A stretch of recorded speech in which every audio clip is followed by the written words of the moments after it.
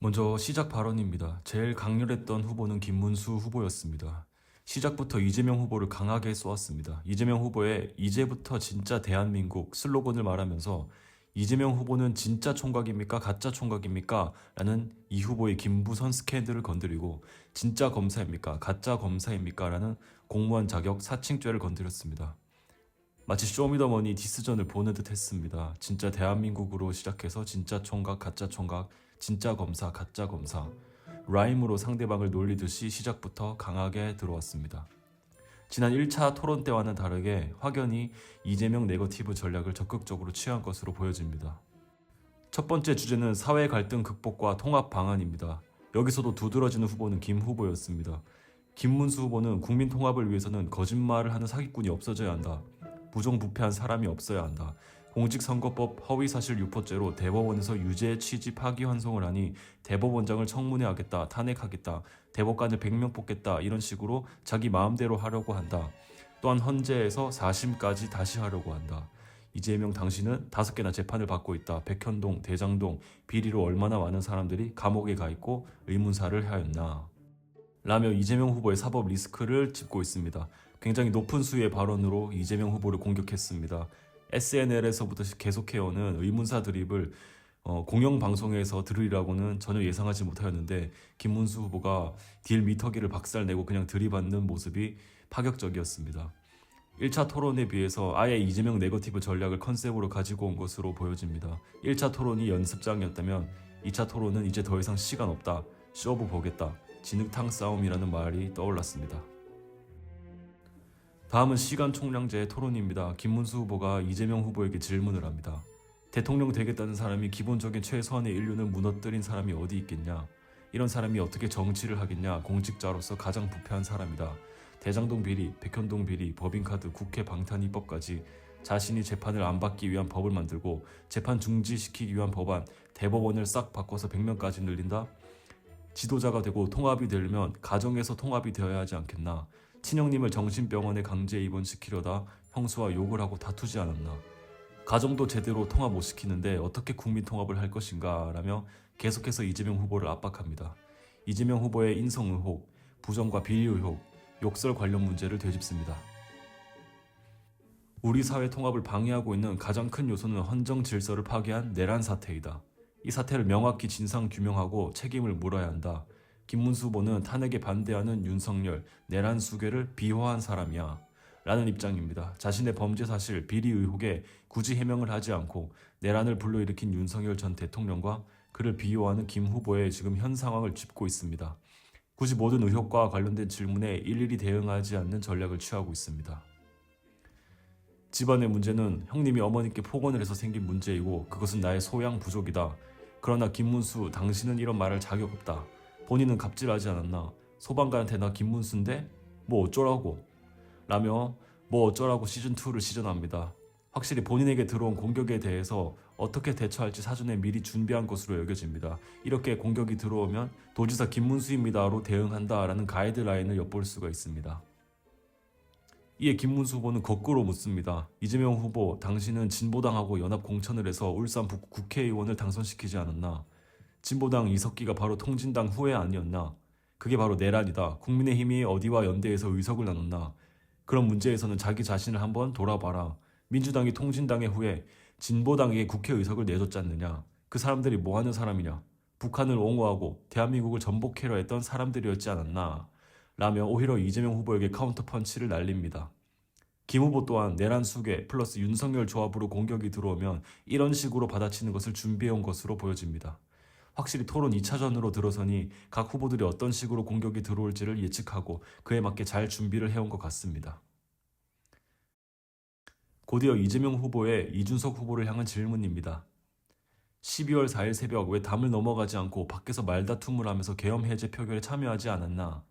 실제로는 싸우는 척하면서 참석 안 하려고 한 것 아니냐? 그러면서 자연스레 드는 생각이 이준석 후보는 내란 세력에 대한 입장이 어떤지?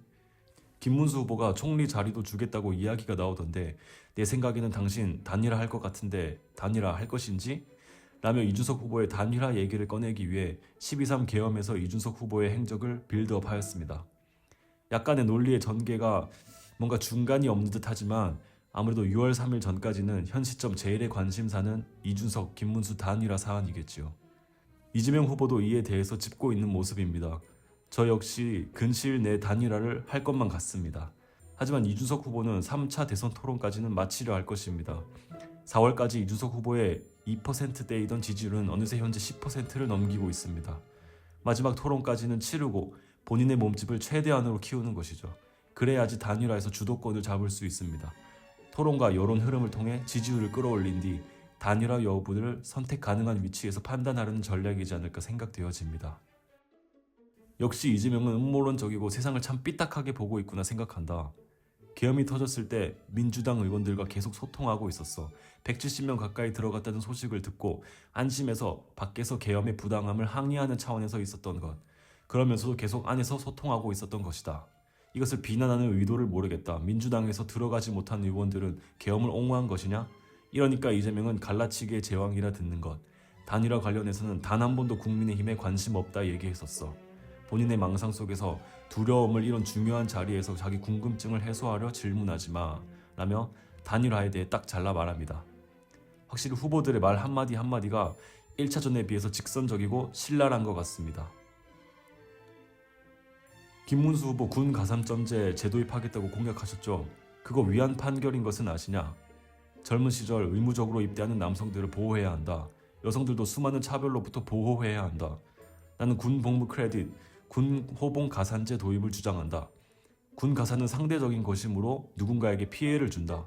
그런데 이걸 도입한다는 것은 여성을 상대로 갈라치는 것, 우롱하는 것이라고 질문을 합니다.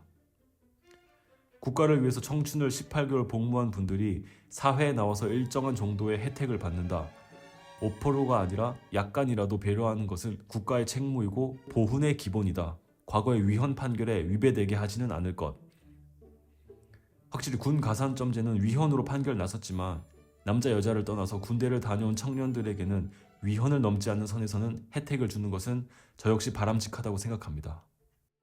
다음은 주제 2 초고령 사회 대비 연금 의료 개혁 주도권 토론입니다. 여기서도 권영국 후보와 이준석 후보의 기싸움이 돋보였습니다.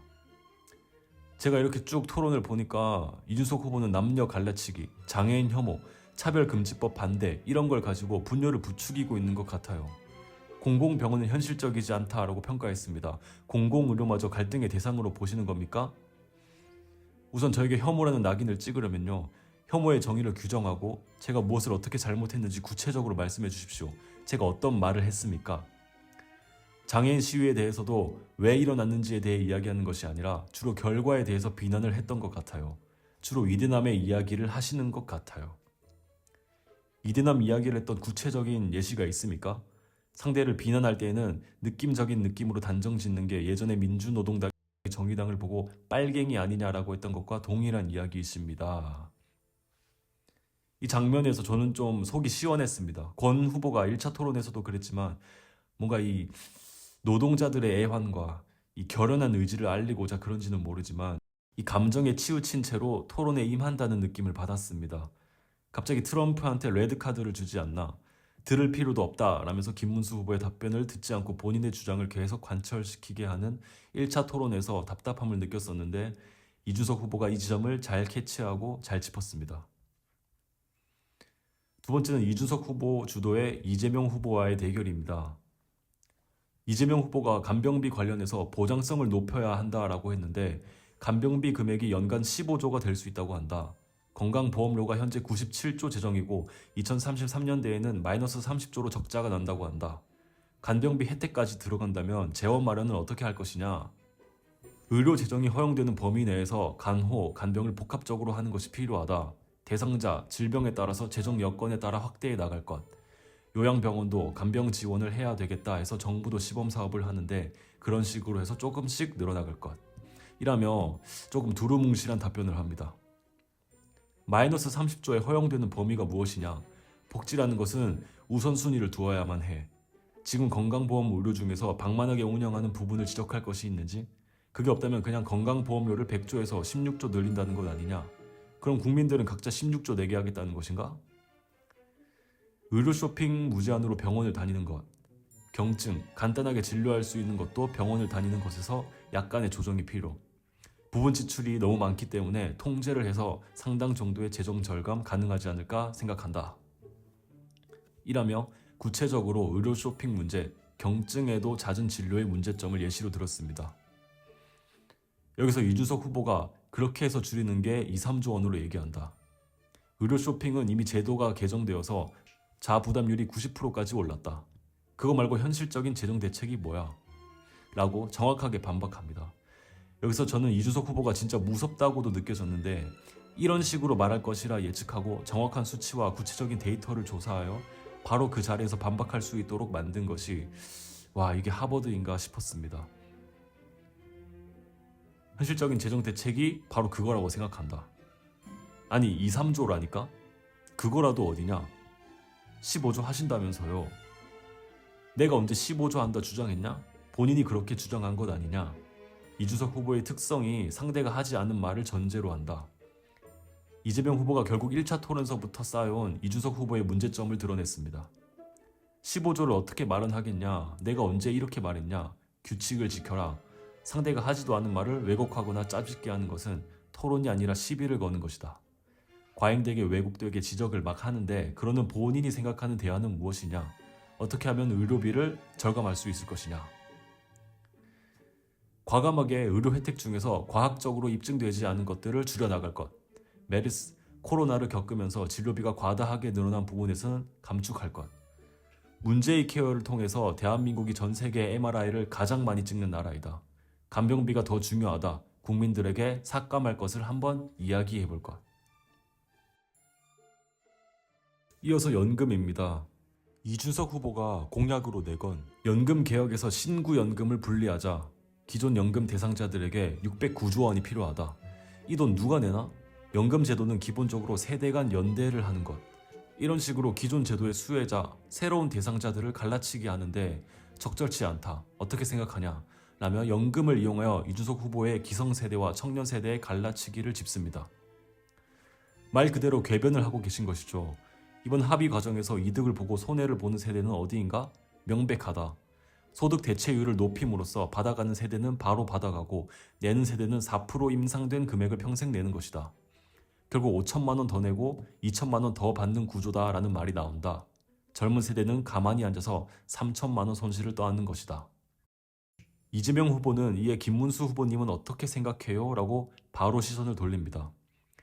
여기서 저는 이재명 후보가 상황 판단이 꽤나 빠르다는 것을 느꼈습니다. 이재명 후보에게 가장 필요한 것은 중도층 지지율입니다.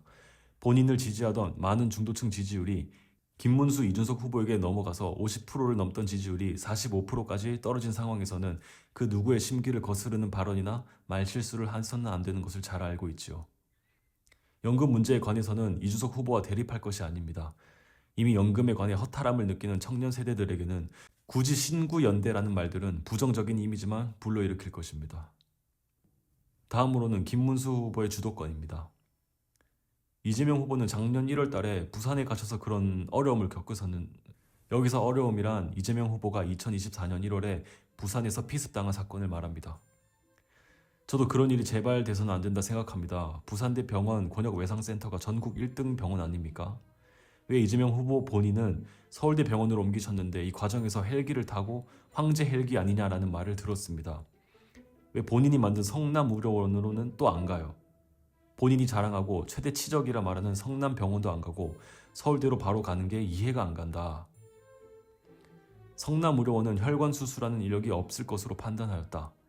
가족들의 장기간 입원 때문에 서울 근처로 갔던 것, 이 과정에서는 의료진들의 판단으로 결정했다. 나는 상해를 입고 누워있어서 경황이 없었다. 그렇게 자랑한 성남의료원을 놔두고 본인이 그렇게 큰 상처가 아니고 성남의료원이 그 정도도 못할 정도인가? 성남의료원을 만든 중요한 역할을 하신 분이 제대로 알고 계신 것인가? 성남의료원은 일반 병원들이 하지 않는 공공의료에 중점을 둔 병원. 그 당시에는 내가 판단할 수 없었다. 두 번째는 간단한 수술이다 말씀하시는데 동맥은 1mm를 벗어나 있었고 정맥은 67%가 잘렸다. 조금만 더 깊이 들어갔으면 사망하는 상황이었다. 부산대 병원 또한 굉장히 좋은 중증 외상센터인데 모든 수술을 준비해 놓고 있었는데 헬기를 타고 가버렸으니 그 지역의 많은 의료원들이 허탈함과 모욕을 느끼고 공허함을 느꼈다. 이 부분은 생각을 안 하였나? 박탈감과 소외감을 느낀 것은 너무나 유감이다. 가족들이 가까이서 케어를 하고 싶다고 의견을 냈었던 것, 의료진들이 이런 요구와 서울대 병원으로 후송이 낫겠다라고 판단한 것, 꼭 헬기를 타고 가야 했었나? 그 정도로 중증이고 위험했냐? 헬기를 탔었어야 했을 정도로 중증이고 위급했다면 제일 가까운 부산에 그대로 계시는 게 맞지 않나? 어떤 사람이 부산대 병원이 1등이라고 하는데 싫다고 서울에 갈 정도라면 평소에 지역 균형 100번 얘기해봐야 행동으로 지역을 너무 무시하는 것 아니냐라고 생각한다. 저는 이 부분을 듣고 처음에 딱 느낀 생각이 굳이 이걸 건드나? 였습니다. 2차 토론한다고 국민의힘에서 이것저것 많이 준비했을 텐데 지역 균형 얘기하려고 이재명 피스 빌드업은 뭔가 당위성이 좀 부족한 느낌이었습니다. 진짜 천당 문턱 넘을까 말까 하던 양반한테 너 왜 서울대에서 치료받았어? 부산대가 훨씬 가까웠는데? 헬기 타고 서울대 병원 갈 정도로 위급했어? 라는 게 무슨 맥락에서 하는 말인지는 알겠지만 정치인 플러스 의원들 100명 중에 99명은 전부 다 그렇게 할 것이라고 저는 생각되었고 이 후보의 가족들 그리고 의료진들의 판단이었다는데 그걸 2번, 3번, 4번째나 이렇게 재차 언급하는 게 좀 답답했습니다. 주제 3 기후위기 대응 방안에서는 1차전에서 다뤘던 원전으로 후보들이 입장 차이를 보였습니다. 김문수 후보는 원전 비율 60% 하겠다 하셨죠. RE100도 뭔지 아시죠? RE100 에너지원 중 원전을 포함 안 되는 거 아시죠? 원전을 60%씩 하면 재생에너지로 생산된 제품만 사겠다라는 글로벌 기업들의 수요에 우리 기업들이 맞춰서 재생에너지로 생산해야 되는데 그걸 어떻게 감당할 거야? 원전 중에는 지금 쓸 수 있는데 못 쓰는 것들도 있고 수리해놓고 점검 다 해놓은 것들을 빨리 가동시킬 것이다. RE100은 불가능하다. 좋은 구호이지만 지금 현재로서는 안 되는 것. RE100 같은 소리는 현실을 모르는 소리. 그것은 우리가 감당하느냐 못하느냐와 상관없다. 글로벌 기업이 이미 그렇게 정하였다. 재생에너지로만 생산하는 것만 산다고 정했는데 그걸 우리가 못한다면 수출을 못하지 않겠냐. 너무 대책 없는 말씀을 하신다. 탄소 국경지대를 넘으려면 화석연료를 뺀 재생에너지 비중을 높일 수밖에 없어. 원전 60%로 어떻게 높일 것인지 생각을 안 하나? 서로 두 후보 간의 의견 차이가 아예 반대여가지고 누구의 말이 맞는 건지 저는 알고 싶었습니다. 김문수 후보는 재생에너지의 간헐성, 날씨와 시간에 따라 생산량이 변동하는 불안정성, 에너지 저장 기술의 한계, ESS의 기술적 경제적 제약을 말하고 있습니다. 전력망 인프라가 부족하기 때문에 재생에너지의 확대를 위해서는 송전망 인프라의 확충이 필요하지만 현재 인프라로는 한계성이 있습니다. 경제성 문제 등을 이유로 현실적인 RE100은 불가능하다라고 발언한 것 같습니다. 이런 관점에서는 김문수 후보는 실용주의적 후보입니다. 지금 당장 돌아가야 할 원전이 있고 이를 돌리면 싼 전기를 얻을 수 있는데 RE100 같은 소리를 하지 마라. 국내 전력부터 싸게 돌리고 숨 좀 돌리고 나서 천천히 재생에너지도 챙기자라고 요약할 수 있겠습니다. 이재명 후보는 글로벌 공급망, 수출 기업들의 생존, 탄소 국경세에 대응하는 조금 더 먼 미래, 그리고 국제적인 관점으로 원전을 바라보고 있습니다. 3년 뒤, 5년 뒤 국내 기업이 글로벌 경쟁에서 죽지 않고 살아남으려면 RE100을 목표로 재생에너지를 확대해야 한다라는 입장입니다. 이렇게 2차 토론이 마무리됩니다. 간단하게 2차 토론을 총평해보자면 공격 카드를 많이 준비해온 김문수 후보였습니다.